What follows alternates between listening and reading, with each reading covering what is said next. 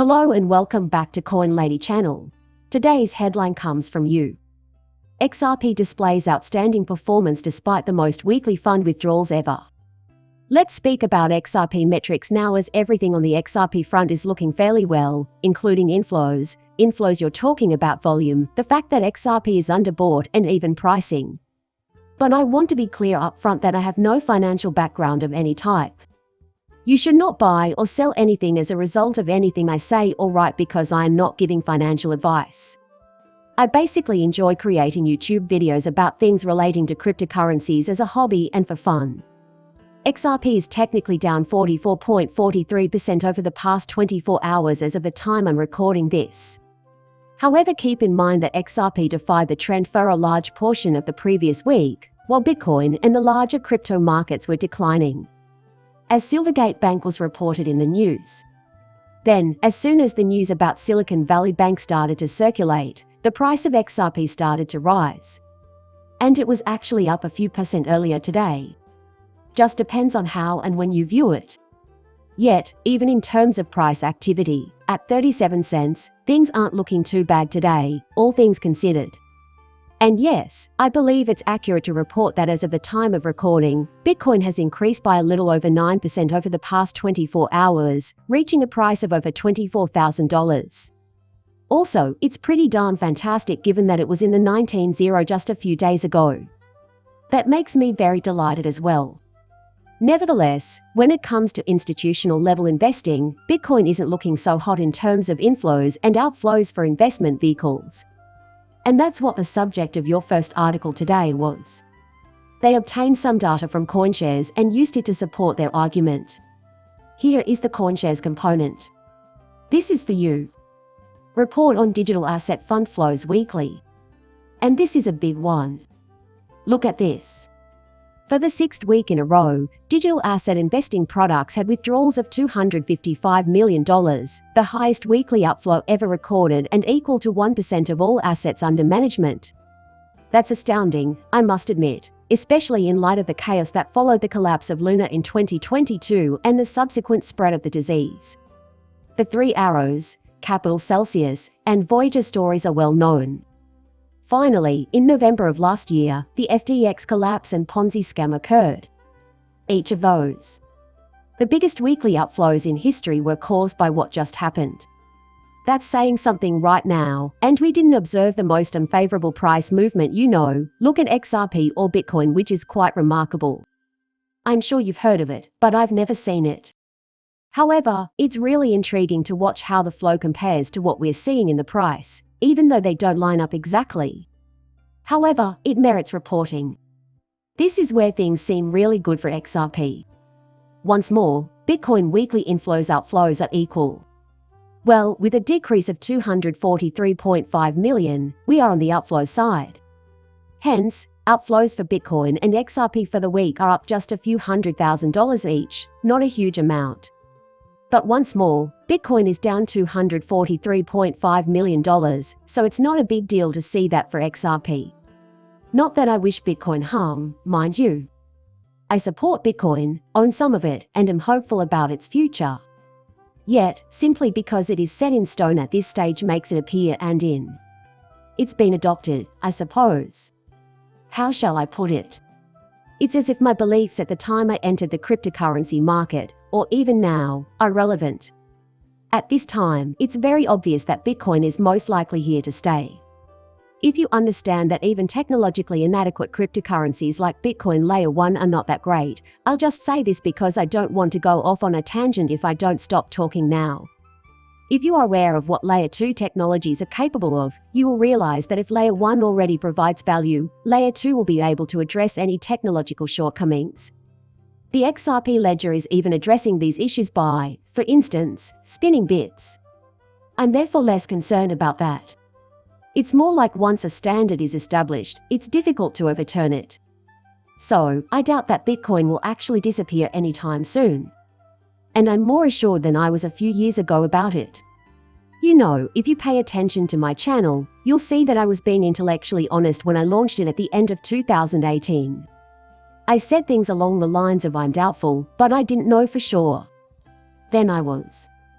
But as Layer 2 technologies have developed and as cryptography has evolved, as well as Bitcoin has become more and more embedded in society, it seems that once a standard is established, it kind of simply sticks.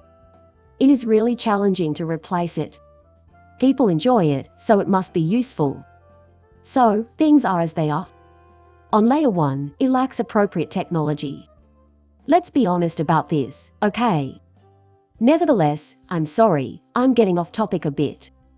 In this video, I want to pay a little more attention to XRP. But whatever, this is what I'm actually thinking right now. And now, look at this in terms of volume. As the coin continues to be underbought, XRP trading volume increases by 112%. By this metric, the volume of XRP trades unexpectedly increased by 112%. Data from CoinMarketCap indicates that the abrupt surge in trading volume was not followed by a major price gain, which raises questions about its cause. I wanted to challenge that approach because, it's not like there was an increase in volume without an increase in price. In fact, to determine what was typical, I'd need to go check the charts and determine whether you had to go back a week or something else. But the point is that at one point in very, very recent history, it was common to witness XRP volumes of 600 or 700 million in a 24-hour period. And then at the time I was filming this, I was able to pull up that for XRP over the previous 24 hours, it was at least just shy of 1.1 billion. It is now up. But recently, it rose to around 1.6 billion, indicating a significant increase. So, what's going on? It's really lower than its most recent high, which was close to 1.6 billion, but that was when the price of XRP was running, so I disagree with their analysis. They claim that it is up, but we fail to understand why the price was running at the time and why it has since somewhat down. Since then, it has risen above 600 and 700 million, but there has also been a lot of activity surrounding stocks and crypto in general. Given the turbulent time we're in, the collapse of the banks, and all that. So, that aspect shouldn't be shocking. But see this. XRP is underbought according to sentiments, which predicts the likelihood of future price movement based on the attitude surrounding an asset at any given time. Based on a recent graph published by the supply chain analytics firm Sentiment.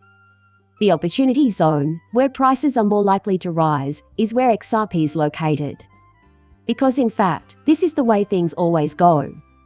When a lot of people purchase something, it may be overbought, in which case you observe a correction and a downward movement in price. All things considered, XRP is currently underbought, as can be seen. What transpires when a product is underpurchased? It does have a propensity to travel upward, though. So we'll continue to monitor this. However, a bull market is probably just getting started at this point. In some cases, you won't realize how true that is until after a year or two have passed. At that point, you'll be able to look back and realize that, yes, that was the bottom, but that we're probably still experiencing it today. That is the best guess I can make. The chart in the middle of your screen shows the quantity of new XRP accounts that have been activated on the ledger. I wanted to emphasize this. And it's been interesting because, even as recently as, say, the end of February, you were consistently adding about 1,000 new accounts daily. And this spike was located here. March 1 cent is unusual in many ways. Also, I discussed this in a video that I made. In a single day, 4,300 new accounts were generated. Although we're still unsure exactly what it was, that incident stands out. Yet, prior to that, just before that, once more, roughly 1,000 per day. And look at what we have right now. Yet the day is still young.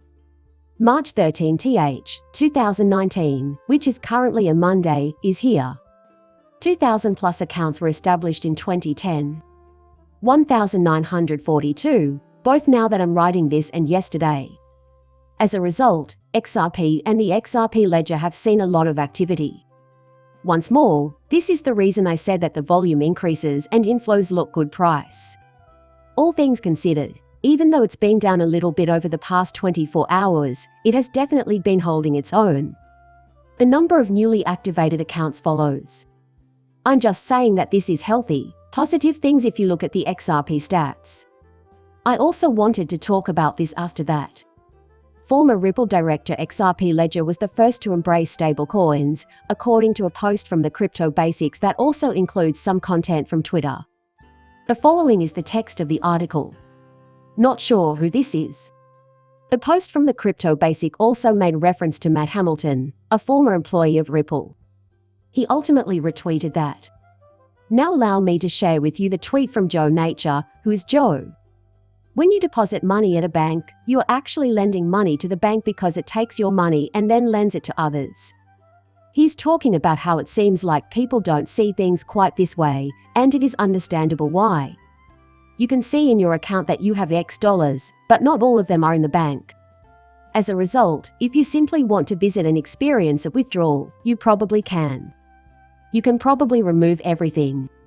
Yet even if all of the bank's clients wanted to pick it up at once, they couldn't because it has already been loaned out and is therefore not present.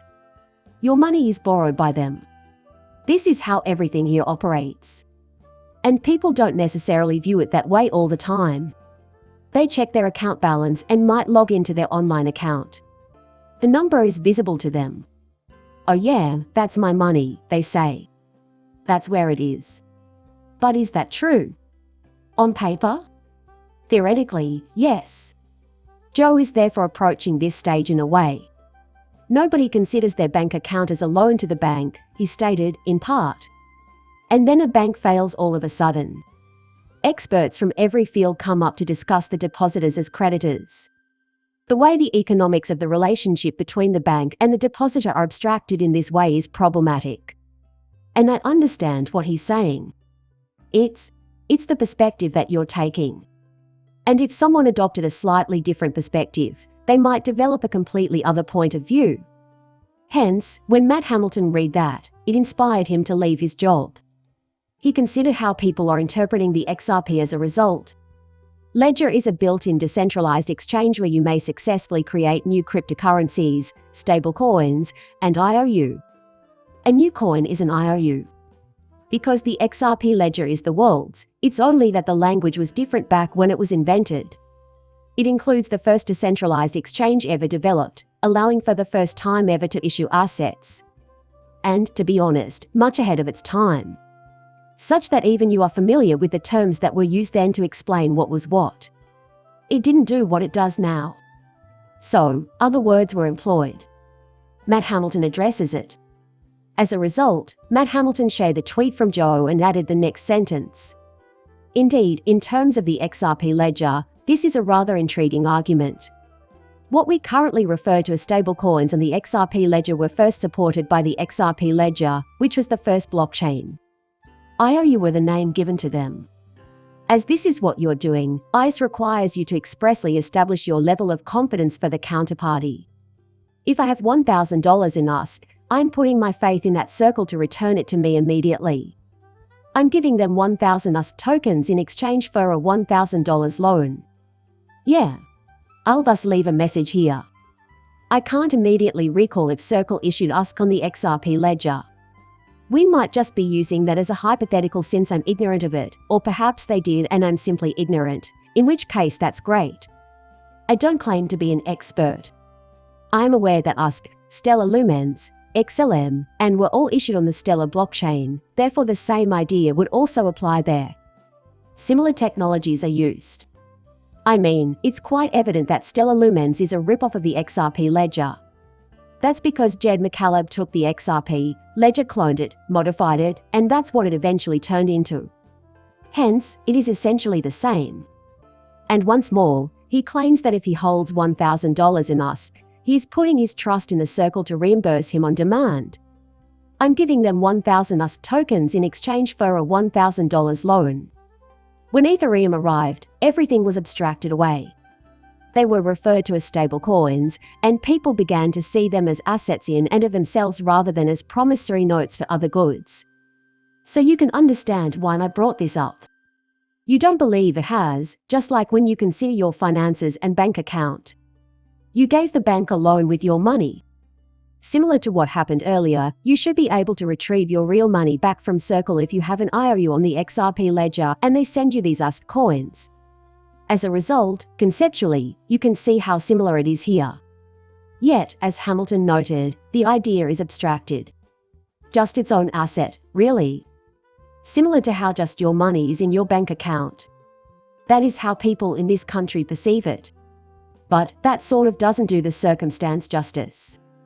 This is my money and my bank account, so I don't mind if we keep calling them stable coins. So long as individuals are aware of the underlying ideas. It's all over today. Please like and subscribe my channel. See you later, bye.